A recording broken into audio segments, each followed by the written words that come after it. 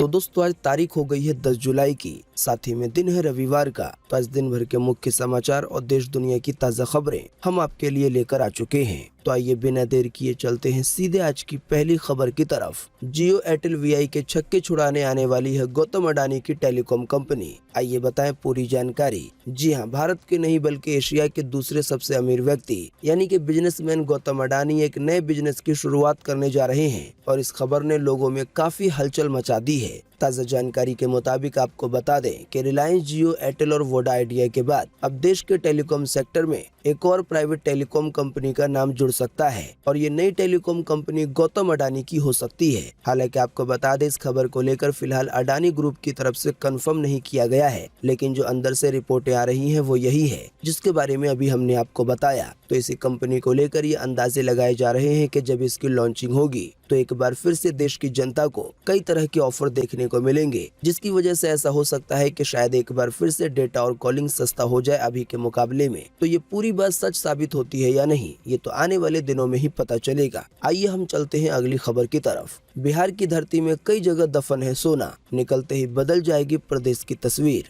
जी हाँ, बिहार में पर्यटन और उद्योग जगत को बढ़ावा देने के साथ ही अब राज्य सरकार सोना, क्रोमियम और पोटेशियम खनिज ब्लॉकों के खनन पे जोर दे रही है। ऐसी जानकारी है कि बिहार की धरती में सोने के साथ साथ कई ऐसे खनिज पदार्थ दफन हैं जिसके निकलते ही बिहार की तस्वीर बदल जाएगी। बताया गया है इस मामले के टेंडर को लेकर कार्रवाई भी शुरू कर दी गई है। तो जैसे ही सभी तरह की कार्रवाई पूरी हो जाएगी तो ये पता लगाया जाएगा कि सोना या जो इस जैसे पदार्थ हैं वो कहां पर हैं। फिर खुदाई चालू की जाएगी और इन महंगे पदार्थों को निकाला जाएगा। आइए चले अगली खबर की तरफ। आरबीआई गवर्नर का बड़ा दावा, कहा महंगाई से लोगों को जल्दी मिल सकती है राहत।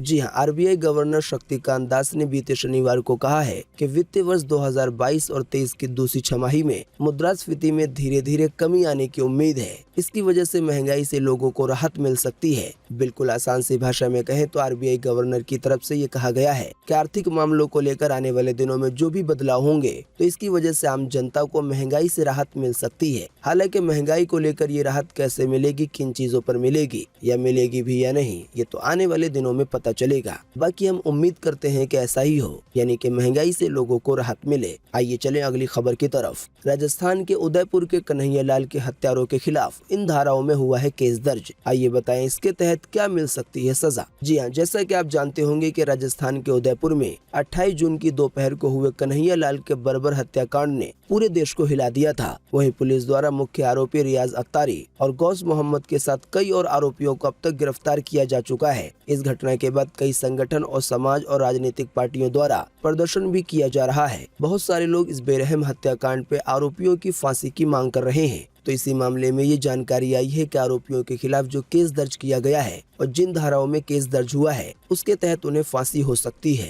इसकी ज्यादा जानकारी साझा की गई है एबीपी न्यूज की तरफ से। बताया गया है सबसे पहली धारा लगाई गई है 302 की। असल में आईपीसी की ये धारा उन्हीं लोगों पे लगाई जाती है जिन लोगों ने किसी की हत्या की हो, और यही वो आईपीसी की धारा है जिसके तहत फांसी या उम्र कैद की सजा दी जाती है। 302 के अलावा भी आरोपियों पे कई और धाराएं लगाई गई हैं। दोस्तों अगली खबर के बारे में बताने से पहले आपसे एक छोटी सी रिक्वेस्ट है कि इस वीडियो को लाइक कर दें और शेयर कर दें, क्योंकि आपका लाइक और शेयर करना ही होता है हमारी मेहनत का फल। साथ ही जो लोग हमारे इस वीडियो को देख रहे हैं उनसे एक और रिक्वेस्ट है कि अगर अभी तक आपने हमारे इस चैनल सब कुछ सीखो जानो को सब्सक्राइब नहीं किया है तो सब्सक्राइब करके बेल के आइकन को दबाएं। अगर आप जानना चाहते हैं दिन भर के मुख्य समाचार रोजाना और साथ ही में सरकारी खबरें। आइए चले अगली खबर की तरफ। मध्य प्रदेश में आसमानी बिजली गिरने से हुई 16 लोगों की मौत। साथ ही जानकारी के मुताबिक जम्मू के डोडा में बादल फटा। वहीं अहमदाबाद में इतनी बारिश हुई है कि कई सड़कें डूब गई हैं। जी हां, देश के कई राज्यों में मानसूनी बारिश ने लोगों की परेशानी बढ़ा दी है। आप हमारे मुख्य समाचार अगर रोजाना देखते होंगे तो आपको पता होगा कि अभी हाल ही में बीते शुक्रवार शाम को पवित्र अमरनाथ गुफा के पास बादल फटने के बाद 16 लोगों की जान चली गई। इसके बाद अमरनाथ यात्रा को रोक दिया गया। साथ ही शुक्रवार के बाद शनिवार यानी कि बीते रोज उत्तराखंड के सोनप्रयाग में भी भारी बारिश के बाद केदारनाथ यात्रा पे भी रोक लगा दी गई। प्रशासन ने तीर्थ यात्रियों की सुरक्षा के मद्देनजर ये फैसला लिया है। साथ ही जानकारी के मुताबिक गुजरात के अहमदाबाद में शुक्रवार को और इसके बाद इतनी ज्यादा भारी बारिश हुई है कि कई जगहों पर बहुत ज्यादा पानी भर गया है और कई तरह की गाड़ियां बहुत ज्यादा डूब गई हैं। इसके अलावा एक और जानकारी के मुताबिक मध्य प्रदेश के अलग अलग हिस्सों में पिछले 3 दिनों में बिजली गिरने से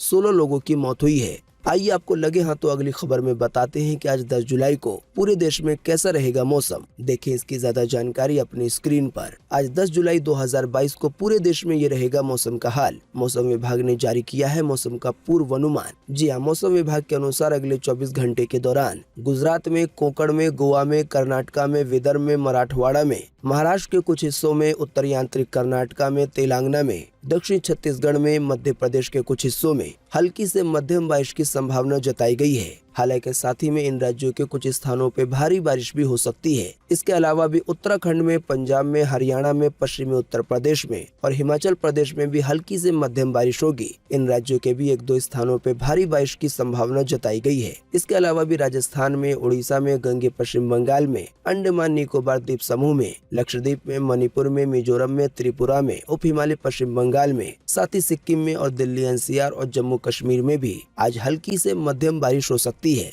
आइए चलें अगली खबर की तरफ। उत्तर प्रदेश के 11 जिले हैं संवेदनशील। इन जिलों में आज बकरीद के मौके पे प्रतिबंधित पशुओं की कुर्बानी की गई तो थानेदार होंगे जिम्मेदार। जी हाँ, सबसे पहले आपको बता दें कि आज हमारे मुस्लिम भाई ईद उल अजहा का त्योहार मनाएंगे, जिसको बकरीद भी कहा जाता है। तो इसी बकरीद के मौके पे सुरक्षा व्यवस्था और शांति व्यवस्था बनाए रखने के लिए पुलिस ने पुख्ता प्रबंध किए हैं। इसके लिए जिलों के अफसरों को सेक्टर स्कीम लागू कर प्रबंधन करने को कहा गया है। साथ ही सोशल मीडिया पे विशेष निगरानी के साथ संवेदनशील इलाकों में ड्रोन कैमरों से भी निगरानी की जाएगी। उत्तर प्रदेश के अपर पुलिस महानिदेशक कानून व्यवस्था प्रशांत कुमार ने बताया है कि बकरीद के त्योहार को देखते हुए 11 जिले अति संवेदनशील चिन्हित किए गए हैं, यानी कि जहां पे किसी तरह का कोई मामला बिगड़ सकता है। तो इसी की वजह से इन जिलों पे खास नजर रखी जाएगी और जो ड्रोन में कैमरे लगते हैं उसके जरिए भी निगरानी की जाएगी, ताकि अगर कोई माहौल वगैरह बिगाड़ने की कोशिश करे तो उसका पता आसानी से चल जाए। दोस्तों, अगली खबर के बारे में बताने से पहले आपके लिए एक बड़ा सर्वे और एक बड़ा सवाल। अगर आप इसमें हिस्सा लेंगे और इसका जवाब देंगे तो इससे काफी कुछ पता चलेगा। दोस्तों, जैसा कि अभी हमने आपको बताया कि कन्हैयालाल के हत्यारों को लेकर बहुत सारे लोग फांसी की मांग कर रहे हैं। तो दोस्तों, आपको इसी वीडियो के नीचे कमेंट बॉक्स में कमेंट करके बताना है कि कन्हैयालाल के हत्यारों को लेकर जो फांसी की मांग की जा रही है, तो इस पर आपकी पर्सनल राय क्या है। वीडियो को पूरा देखने के बाद आप अपना जवाब इसी वीडियो के नीचे कमेंट बॉक्स में जरूर लिखें। आपके दिए गए जवाब से काफी कुछ पता चलता है। आइए चलें अगली खबर की तरफ। यूट्यूबर गौरव तनेजा ने मेट्रो स्टेशन पे फैंस संग मनाया जन्मदिन। कानून का उल्लंघन करने पे अब पुलिस ने कर लिया है गिरफ्तार। जी हां, फेमस यूट्यूबर गौरव तनेजा को फैंस के साथ अपना जन्मदिन मनाना भारी पड़ गया है। जानकारी के मुताबिक गौरव तनेजा नोएडा 51 के मेट्रो स्टेशन पर अपना जन्मदिन मनाने के लिए पहुंचे हुए थे और इसकी जानकारी उन्होंने सोशल मीडिया के माध्यम से अपने फैंस के साथ साझा की थी। इसके बाद मेट्रो स्टेशन पे उनके चाहने वालों का सैलाब उमड़ पड़ा, यानी कि बहुत सारे फैन आ गए, जिससे अफरा तफरी मचने के साथ ही जाम भी लग गया। पुलिस ने मौके पे पहुंच के हालात संभाले। इसके बाद पुलिस ने यूट्यूबर को हिरासत में ले लिया और फिर बाद में गिरफ्तार भी कर लिया। असल में बात यह है कि अभी नोएडा में धारा 144 लागू है और धारा 144 लागू होने का आसान सा ये मतलब होता है कि 5 या 5 से ज्यादा लोग एक जगह पे इकट्ठे जमा नहीं हो सकते। लेकिन जब गौरव तनेजा ने अपने आने की बात सोशल मीडिया पे बता दी तो बहुत सारे लोग आ गए और ये कानून का उल्लंघन हो गया। इसी की वजह से धारा 188 के तहत उनके खिलाफ मुकदमा दर्ज कर लिया गया है। आइए चले अगली खबर की तरफ। श्रीलंका के प्रधानमंत्री विक्रमसिंघे के इस्तीफे के बाद प्रदर्शनकारियों ने उनका घर जलाया। वहीं श्रीलंका के राष्ट्रपति राजपक्षे भागे आने वाले 13 जुलाई को देंगे इस्तीफा। जी हां, श्रीलंका में आर्थिक संकट को लेकर सरकार का विरोध जारी है। प्रदर्शनकारियों ने कार्यवाहक प्रधानमंत्री रानिल विक्रमसिंघे के निजी घर में आग लगा दी है। सुरक्षा बलों की जवाबी कार्रवाई में 6 पत्रकारों समेत 64 लोगों के घायल होने की खबर है। इससे पहले बीते शनिवार दोपहर आंदोलनकारियों ने राष्ट्रपति गोटबाया राजपक्षे के सरकारी आवास पे कब्जा कर लिया। राजपक्षे प्रेसिडेंट हाउस छोड़कर भाग गए। भागकर वो कहां गए हैं इसकी जानकारी फिलहाल किसी के पास नहीं है। वो श्रीलंका में है भी या नहीं, फिलहाल तो ये भी नहीं पता है। हाँ, लेकिन साथ ही में ये जानकारी जरूर आई है कि आने वाले 13 जुलाई को वो इस्तीफा दे देंगे। वहीं दूसरी तरफ राष्ट्रपति भवन पे जनता के कब्जा के बाद दबाव बढ़ा तो प्रधानमंत्री विक्रमसिंघे ने पद से इस्तीफा दे दिया। उन्होंने सोशल मीडिया पे इसकी जानकारी खुद दी है। इस्तीफे से पहले पीएम ने इमरजेंसी मीटिंग बुलाई थी, यानी कि अभी श्रीलंका के हालात बद से बदतर हो गए हैं। आइए चलें अगली खबर की तरफ। जापान के प्रधानमंत्री शिंजो आबे के हत्यारे ने किया खुलासा, बताया किस कारण की वजह से पीएम को मारी गोलियां। जी हां, जापान के पूर्व प्रधानमंत्री शिंजो आबे की गोली मारकर हत्या करने वाले शख्स ने पुलिस को इस बात की जानकारी दी है कि उसने इस हत्याकांड से पहले एक धार्मिक समूह के नेता पे हमला करने की प्लानिंग की थी। जापानी मीडिया ने पुलिस सूत्रों के हवाले से ये जानकारी दी है। क्योडो न्यूज के मुताबिक हत्यारे तेत्सुआ ने कहा है कि उसने आबे को मारने की साजिश रची थी, क्योंकि उसे लगता था कि पूर्व प्रधानमंत्री यानी कि शिंजो आबे का एक खास धार्मिक संगठन से जुड़ाव है और यही बात उसको पसंद नहीं थी और इसी की वजह से उसने जापान के पूर्व प्रधानमंत्री यानी कि शिंजो आबे को अभी हाल ही में गोलियों से छन्नी करते हुए मार दिया। बाद में गोली लगने के बाद उन्हें बचाने की कोशिश की गई पर डॉक्टर नहीं बचा पाए। जापान के पूर्व प्रधानमंत्री की मौत के बाद अपने देश के प्रधानमंत्री नरेंद्र मोदी ने भी ट्वीट करके उनकी मौत पर दुख जताया और एक रोज के शोक का भी ऐलान किया। आइए चलें अगली खबर की तरफ। गूगल ने प्ले स्टोर से हटा दिए हैं ये 4 खतरनाक ऐप। अगर आपके फोन में भी है तो इसे तुरंत कर दे डिलीट। जी हां, जैसा कि आप जानते हैं आए दिन गूगल की तरफ से प्ले स्टोर से कई सारे ऐसे ऐप को हटाया जाता है जिसके बारे में ये पता चलता है कि इसमें किसी तरह का वायरस है या मालवेयर है। जाहिर बात है, अगर किसी ऐप में वायरस आ जाता है और वो ऐप हमारे फोन में इंस्टॉल है तो ऐसी स्थिति में हमारे फोन के लिए काफी ज्यादा खतरा बढ़ जाता है, यानी कि हमारी निजी जानकारियां चोरी हो सकती हैं। साथ ही कई बार ऐसा देखा गया है कि बैंक खाता तक खाली हो जाता है। तो अभी की ताज़ा जानकारी के मुताबिक सिक्योरिटी रिसर्चर कंपनी प्रेडियो ने इन ऐप की जानकारी दी है और उन 4 ऐप के नाम आपकी स्क्रीन पर हैं। पहले का नाम है स्मार्ट SMS मैसेज, दूसरे का नाम है ब्लड प्रेशर मॉनिटर, तीसरे का नाम है वॉइस लैंग्वेज ट्रांसलेटर और चौथे का नाम है क्विक टेक्स्ट SMS। यानी कि इन चारों में ही जोकर नाम का मेलवेयर यानी कि वायरस पाया गया है। तो अगर आपके फोन में इस नाम का कोई ऐप है तो उसे तुरंत डिलीट कर दें, वरना आने वाले दिनों में आपको कई सारी परेशानियों का सामना करना पड़ेगा। आइए चलें अगली खबर की तरफ। यूपी के कोटेदारों को बड़ा तोहफा दे सकते हैं सीएम योगी, 80,000 लोगों को होगा फायदा। जी हां, यूपी के कोटेदारों को लेकर सीएम योगी ने बड़ा तोहफा देने की तैयारी की है। ताज़ा जानकारी के मुताबिक आने वाले 14 जुलाई को सीएम योगी गोरखपुर से इसकी शुरुआत कर सकते हैं। इसमें 80,000 कोटेदारों को फायदा मिलने की उम्मीद है। दरअसल दशकों पुराना कमीशन यानी कि लाभांश 20 रुपए प्रति क्विंटल बढ़ाने का ऐलान योगी राज बाबा गंभीरनाथ प्रेक्षागृह में होने वाले कार्यक्रम में कर सकते हैं। इस कार्यक्रम में वो कोटेदारों से सीधा संवाद भी कर सकते हैं। अब ये जानकारी कोटेदारों के लिए है, तो जो कोटेदार होंगे यूपी में उन्हें पता चल गया होगा। आइए चले अगली खबर की तरफ। टीम इंडिया ने किया T20 सीरीज पे कब्जा, इंग्लैंड को दूसरे मुकाबले में 49 रन से हराया। जी हां, भारत ने दूसरे T20 मैच में इंग्लैंड को 49 रन से हराकर 3 मैचों की सीरीज में 2 मैच जीत लिए हैं, यानी कि अब 2 से बढ़त चल रही है। जाहिर बात है इस सीरीज में 3 मैच होने हैं, तो अब आखिरी वाला मैच तो होगा, लेकिन अब ये पहले ही फाइनल हो गया है कि इस सीरीज की विजेता हमारी भारतीय टीम है।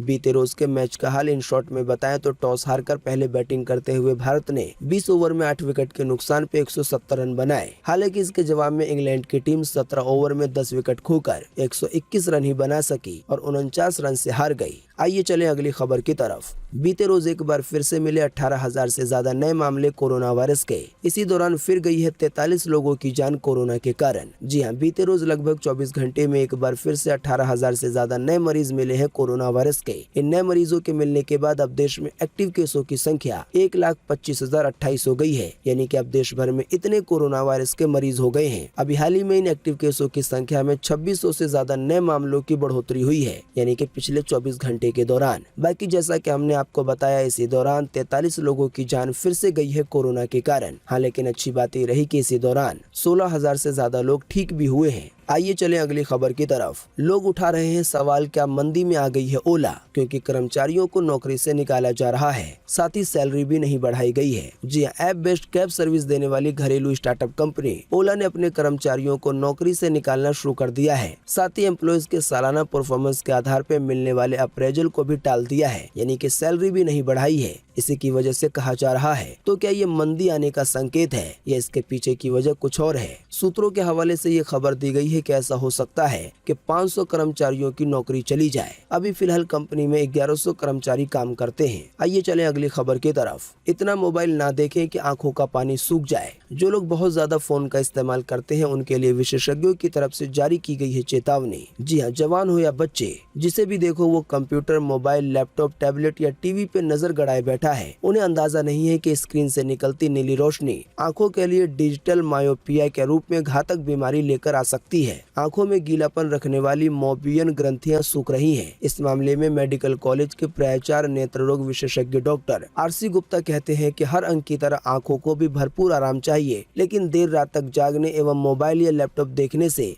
आंख में सूखापन, थकान, सिरदर्द और नींद में कमी आ रही है। कई बार लालिमा जख्म भी बन जाता है। साथ ही डॉक्टर गुप्ता ने बताया है कि ओपीडी में डिजिटल मायोपिया यानी कि ये जो एक बीमारी है वो 8 साल से लेकर 70 साल तक के मरीजों में मिल रही है। इसके अलावा भी इसी तरह की कई और घातक चीजें बताई गई हैं उन लोगों के लिए जो बहुत ज्यादा स्क्रीन को देखते हैं। आइए चले अगली खबर की तरफ। नवोदय विद्यालय में 1600 शिक्षकों के पदों पर निकाली गई भर्ती। आइए बताएं ज्यादा जानकारी। जी हाँ, नवोदय विद्यालय समिति ने टीजीटी, पीजीटी, प्रिंसिपल और अन्य शिक्षकों के पदों पर भर्तियों के लिए आवेदन मांगे हैं। जो भी इच्छुक उम्मीदवार हैं वो ज्यादा जानकारी के लिए या आवेदन करने के लिए navodaya.go.in यानी कि ऑफिशियल वेबसाइट को विजिट कर सकते हैं। आवेदन करने की अंतिम तारीख 22 जुलाई 2022 है। तो दोस्तों, आज 10 जुलाई 2022 की यही मुख्य समाचार और बड़ी खबरें थी। उम्मीद करते हैं इससे आपको काफी कुछ जानकारी मिली होगी। हम बस इसके बदले में आपसे इतना ही चाहते हैं कि आप इस वीडियो को लाइक कर दें और शेयर कर दें, क्योंकि आपका लाइक और शेयर करना ही होता है हमारी मेहनत का फल। वीडियो देखने के लिए आपका बहुत बहुत धन्यवाद। Thanks for watching.